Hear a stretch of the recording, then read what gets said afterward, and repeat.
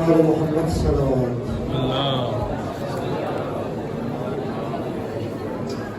औज़ु बिल्लाहि मिनश शैतानिर रजीम बिस्मिल्लाहिर रहमानिर रहीम सूरा इल्म के निहाल मौलाना साहेब તેમજ સર્વે પધારેલા અઝાદાર સલામ અલૈકુમ વરહમતુલ્લાહિ વબરકાતુહ.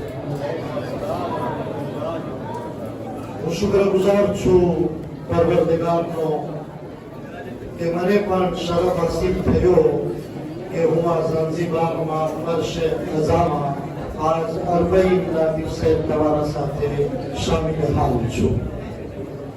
આ અકબરભાઈ તમે ને તમારી ટીમ જે આ વર્ષે આઝાદ આવી રીતના રોશન રાખ્યા છો મારા પાસે શબ્દો નથી.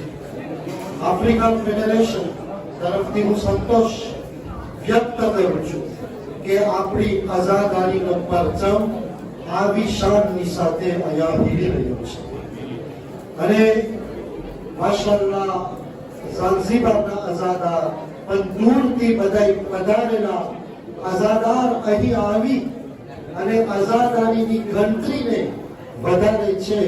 મારા પાસે શબ્દો નથી કે કેટલો અજર છે, અજર છે, કારણ કે આઝાદારી આપણી વજૂદ છે અને હર વખત હું કહું છું કે બગેર આઝાદારી આપણે કાંઈ નથી.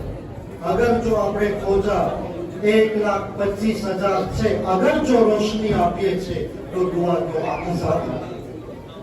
તો આ વર્ષે અઝાને હરેક જમાતોમાં બાકી રાખવાનું છે અને વાક્ય હર સાલ હું સાંભળતો હતો કે ઝાંઝીબારમાં આટલા બધા ભેગા થાય છે, પણ જ્યાં સુધી આપણે ન જોયા હોય તો અહેસાસે દિલ ન થાય.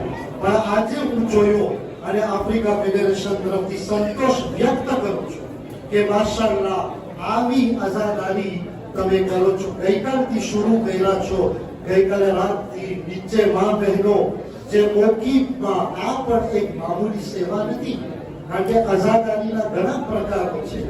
ગિરિયાઓ, હુસૈનની મઝલુમિયત, માતમદારી, સબીર, નિયાઝ, આ બધી આઝાદારીના પ્રકાર છે અને આ આપણી નિશાનીઓ છે કે જે આપણને બાકી રાખવાની છે અને આપણા આવનાર જનરેશનને આ દેવાનું છે. તો હું આ ચેલુમનો દિવસ છે, આમ તौर ઉપર મુબારકી ન દઈ શકું, પણ નેકીના તौर ઉપર ખાસ હું તમને કોંગ્રેચ્યુલેશન આપું છું અને આવી જ રીતના હર સાલ આવા પ્રોગ્રામો થવા જોઈએ. અને ઝાંઝીબાર માશાઅલ્લાહ પહેલી વર્લ્ડ વાઇડ જો મસ્જિદ ગોજાની થઈ હોય તો એ ઝાંઝીબારમાં થઈ છે. આ હિસ્ટોરિકલ પ્લેસ છે અને માશાઅલ્લાહ આજે જીવતી છે. તમે અને આવી રીતના હુસૈનના નામથી જિંદા રાખ્યા છો તો ઇન્શાઅલ્લાહ જરૂર ફાતિમા ઝહરા સલામુલ્લાહ અલૈહા આ કબૂલ. ફક્ત મારો એક પેગામ છે કે આઝાદારી એટલે મઝલુમિયત હુસૈનને, માતમદારી આંસુ બહાવા, પણ આઝાદારી એટલે યુનિટી.